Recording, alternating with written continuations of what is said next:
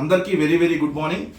సమాజానికి పూర్తి హానికరంగా తయారైనటువంటి ఆ రెండు చంద్రబాబు నాయుడు గారి ఉగ్రవాద సంస్థలుగా ఉన్నటువంటి రోతనాడు అలియాస్ ఈనాడు, బూతుజ్యోతి అలియాస్ ఆంధ్రజ్యోతిలో ప్రతిరోజు రాసేటటువంటి విషపూరితమైనటువంటి కథనాలు, ప్రజల మెదడులోకి విషాన్ని ఎక్కించేసి ఈ రాష్ట్ర నాశనాన్ని కోరుకుంటున్నటువంటి వాళ్ళ తీరు, ఇవన్నీ ప్రతిరోజు ఎంతకంటే దిగజారాలి అన్న ప్రతిసారి వాళ్ళు దిగజారిపోయి రాస్తున్నటువంటి వార్తలు. నిజంగా ఆ రెండు పత్రికలు పోతే ఆంధ్రప్రదేశ్ రాష్ట్రానికి నిజమైనటువంటి అభివృద్ధి జరిగిద్దనేది వాస్తవం. ఈరోజు ఎపిసోడ్ నెంబర్ 367. ఈరోజు ఎటువంటి రాశారో ఒక్కసారి చూద్దాం. మావి గన్ ఈరోజు ఆంధ్రప్రదేశ్ రాష్ట్ర వ్యాప్తంగానే కాదు, ప్రపంచంలో ఉన్నటువంటి తెలుగు వాళ్ళందరిలో జరుగుతున్నటువంటి చర్చ.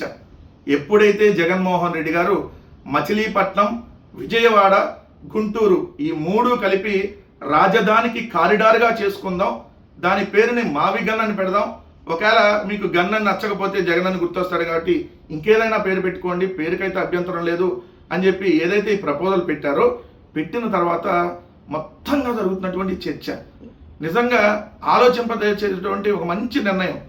అందుకనే మొన్న ట్రోల్ చేసినటువంటి ఆ ఎదవలు సన్నాసులు ఎవడైతే ఉన్నారో వీళ్ళే ఈరోజు ప్రెస్ ముందుకు వచ్చి మావి గన్ కంటే సిఆర్డిఏ చాలా పెద్దది, సిఆర్డిఏ పరిధి చాలా ఎక్కువ ఉంది అని చెబుతున్నారు. బాబు, సిఆర్డిఏకి మావి గన్కి చాలా డిఫరెన్స్ ఉంది. మావి గన్కి సిఆర్డిఏకి అసలు పొంతనే లేదు. సిఆర్డిఏ వేరు, మావి గన్ వేరు. ఇది మొత్తం రాజధాని. సిఆర్డిఏ మొత్తం రాజధాని కాదు. మీరు రాజధానిలో మళ్ళీ రాజధాని కోసం ల్యాండ్ పూలింగ్ చేస్తున్నారు. ఎంత దిక్కుమాలంతనో చూడండి. నిజంగా సిఆర్డిఏ మొత్తం రాజధాని అయితే మరి ఈరోజు కొత్తగా ఎయిర్పోర్ట్ కట్టాల్సిన పనే ఉంది. ఆల్రెడీ గన్నవరం ఉంది కదా సిఆర్డిఏ పరిధిలోనే, నందిగాం సిఆర్డిఏ పరిధిలో ఉంది, పెనుగంచిప్రోలు, గుడివాడ, మా వేమూరు, నూజివీడు, చిలకలూరుపేట దగ్గర ఎడ్లపల్లి, ఎడ్లపాడు, ఇవన్నీ కూడా ఉన్నాయి కదా. మరి ఇవన్నీ రాజధానిలో ఉంటే మరి మీరు కొత్తగా ల్యాండ్ పూలింగ్ ఎందుకు చేస్తున్నారు? మరి ఇక్కడంతా రాజధాని ప్రాంతం మొత్తం సిఆర్డిఏ మొత్తం రాజధాని అయితే కొత్తగా ల్యాండ్ పూలింగ్ చేయాల్సిన పని ఏంటి? ఆల్రెడీ ఉన్న ప్రభుత్వం మూల పెట్టాలి కదా. అందుకనే నిన్న ఆ బోషిడికే పందీబీ, అతనికి ఆ పేరే కరెక్ట్, అంటే బోషిడికేగా ఆయన ఫేమస్ కదా, ఆ బోషిడికే పందీబీ వచ్చి జగన్ గారిని చెమోరా అని పిలుస్తూ ఏదైతే ఆ పందీబీ వచ్చి నిన్న ఏదో అరుస్తూ ఉన్నాడు, పందిలాగా అరుస్తా సిఆర్డిఏ మొత్తం రాజధాని, సిఆర్డిఏ మొత్తం రాజధాని.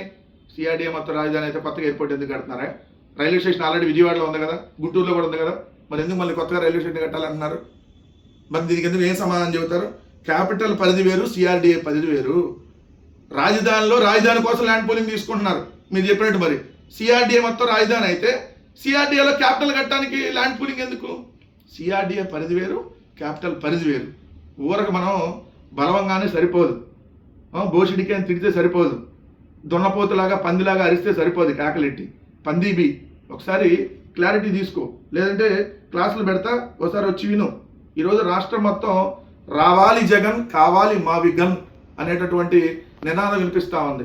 ఈ రాష్ట్ర భవిష్యత్తుకి రావాలి జగన్మోహన్ రెడ్డి గారు మళ్ళీ ముఖ్యమంత్రిగా, ఏదైతే కావాలి మావి గన్నే మన ఆంధ్రప్రదేశ్ రాష్ట్ర రాజధాని కారిడార్ కావాలని చెప్పి ఈరోజు రాష్ట్రం మొత్తం నినదిస్తూ ఉంటే, దాన్ని ఈరోజు సైడ్ ట్రాక్ పట్టించడం కోసం ఏదైతే ఈ కుహానా మేధావులను కొంతమంది పట్టుకొని వచ్చి జగన్మోహన్ రెడ్డి గారి మీద ట్రోల్స్ తిట్టేయటం మీకు అలవాటే కదా.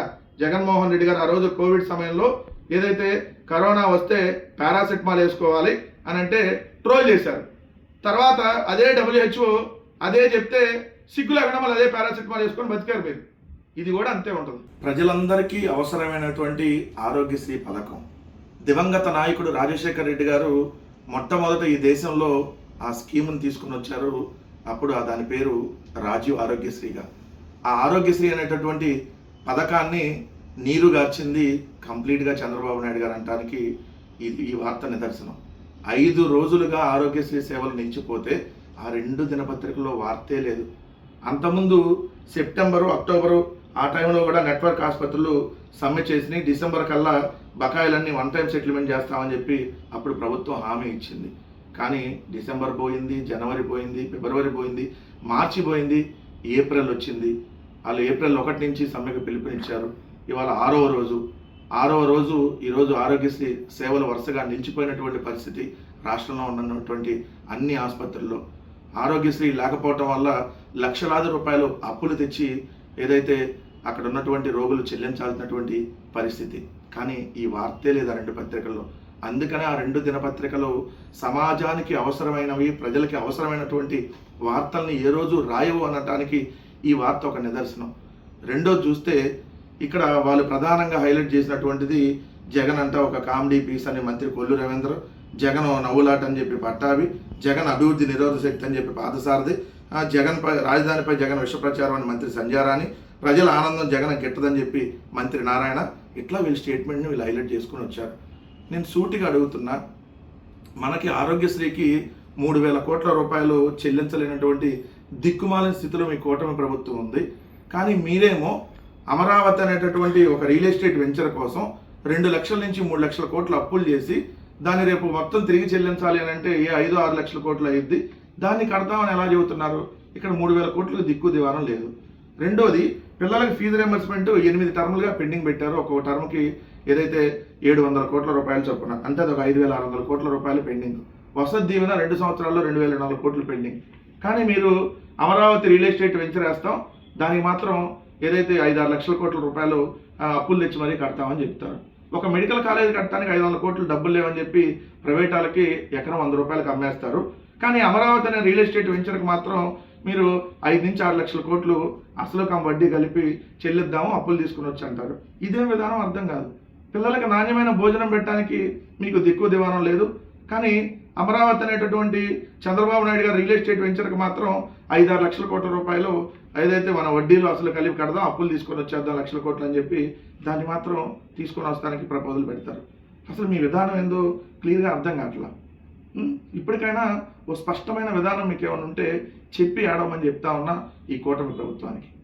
ఆంధ్రప్రదేశ్కి చంద్రబాబు నాయుడు గారు ముఖ్యమంత్రి అయిన తర్వాత, పవన్ కళ్యాణ్ ఉప ముఖ్యమంత్రి అయిన తర్వాత, హోంమంత్రిగా అనిత గారు వచ్చిన తర్వాత ఆంధ్రప్రదేశ్ రాష్ట్రం గంజాయి ఆంధ్రప్రదేశ్ అయిందంటానికి ఇదిగోండి పల్లెల్లో గంజాయి అని చెప్పి జిల్లా పేపర్లో ఆంధ్రజ్యోతి పెట్టినటువంటి హెడ్డింగ్. ఇవి మెయిన్ పేపర్లో పెట్టరు వాళ్ళు, ఎంతమందికి తెలిసిపోయింది కదా అందుకని. సో ఇక్కడ చూడండి వార్త, తెలంగాణ నుంచి పశ్చిమ ఎన్టీఆర్ జిల్లాలోకి అక్రమంగా రవాణా, పల్లెల్లో గంజాయి, తిరువూరు, గంపలగూడెం, ఏకొండూరు, రెడ్డిగూడెం, మైలవరంలో అమ్మకాలు, నందిగామ, కంచికచర్ల, చంద్రలపాడు, జగ్గయ్యపేటలో కూడా అమ్మకాలు. ఒక్కరోజు పట్టుబడినటువంటి 26 కిలోల గంజాయి. విద్యార్థులు, యువకులే లక్ష్యంగా వ్యాపారం. తిరువూరు, మైలవరం, నందిగామ, జగ్గయ్యపేట తదితర నియోజకవర్గాల్లోని ఇంజనీరింగ్ కళాశాల విద్యార్థులు గంజాయికి అలవాటు పడిన యువకులకు దీన్ని అమ్మి సొమ్ము చేసుకుంటున్నారు. ఏదైతే వివిధ రకాలుగా ఒకప్పుడు గన్ పెట్టి గంజాయి కొట్టాల్సిన పని లేకుండా, ఒకప్పటిలాగా అంటే గంజాయి కొట్టాలంటే గన్ పెట్టి కొట్టాలంటే అది మనకు ఐడియా లేదు, స్టైలిష్గా ఇప్పుడు సిగరెట్లు, మాత్రలు, చాక్లెట్లు, చూయింగ్ గమ్స్ రూపంలో గంజాయి లభిస్తుంది. దీంతో గంజాయి అమ్మకం వాడకం ఎంతో సులువైపోయింది. ఇంజనీరింగ్ విద్యార్థులే లక్ష్యం అని రాసి, మొన్నటి దాడులు నిజమైనవేనా, గంజాయి అమ్మేది ఎవరో, ఎక్కడ అక్రమ రవాణా చేసేది ఎక్కడి నుంచో, వాళ్ళెవరో, వాడేది ఎవరో, మొన్న కొనేది ఎవరో, మొత్తం పోలీసులకు అన్నీ తెలుసనేటటువంటి ఆరోపణలు ఉన్నాయి. ఈ క్రమంలో శనివారం జరిగిన దాడులు నిజమైనవేనా లేక కావాలనే వారిని పట్టుకున్నారా అనే అనుమానాలు వ్యక్తం అవుతున్నాయి. గతంలో ఎన్నడూ లేని విధంగా ఒకేసారి 26 కిలోల గంజా ఎలా పట్టుబడిందనే ధర్మ సందేహం లేకపోలేదు. అంటే సాక్షాత్తు పోలీసులు ఇది ఒక గేమ్ ఆడారు, అందరికీ తెలిసిపోయిందని చెప్పి, అసలు ఇది 26 కిలోల గంజాయేనా లేదా ఇంకా పెద్ద ఎత్తున ఉంటే కావాలని తగ్గించి చూపించారా? అంటే ఈ రాష్ట్రంలో విచ్చలవిడిగా చాక్లెట్ల రూపంలో, ఏదైతే సిగరెట్ల రూపంలో గంజాయి కిరాణా కొట్టుల్లో కూడా ఆంధ్రప్రదేశ్లో దొరుకుతూ ఉంది. ఓ పక్క మద్యం బెల్ట్ షాపులు విచ్చలవిడిగా ఏర్లై పారుతూ ఉన్నాయి. ఇంకో పక్క ఏమో ఏదైతే ఇక్కడ ఇంకో పక్క చూస్తే క్లియర్గా గంజాయిని విచ్చలవిడిగా అమ్ముతున్నారు. పల్లెల్లో గంజాయితో జాయ్ చేస్తున్నారని చెప్పి వార్త రాశారు. ఇప్పుడు చెప్పండి, 100 రోజుల్లో గంజాయి నిర్మూలిస్తామని చెప్పారు. రాష్ట్రంలో విచ్చలవిడిగా గంజాయి సాగు చేస్తున్నారు, అమ్ముతున్నారు, హోమ్ డెలివరీ చేస్తున్నారు. హోమ్ డెలివరీ గంజాయిని ఆంధ్రప్రదేశ్లో. మరి ఇప్పుడు ఏం సమాధానం చెబుతారు? రాష్ట్రాన్ని భ్రష్టు పట్టించారు 22 కాలంలో. కొంచెం అన్నా సిగ్గుండాలి మీకు.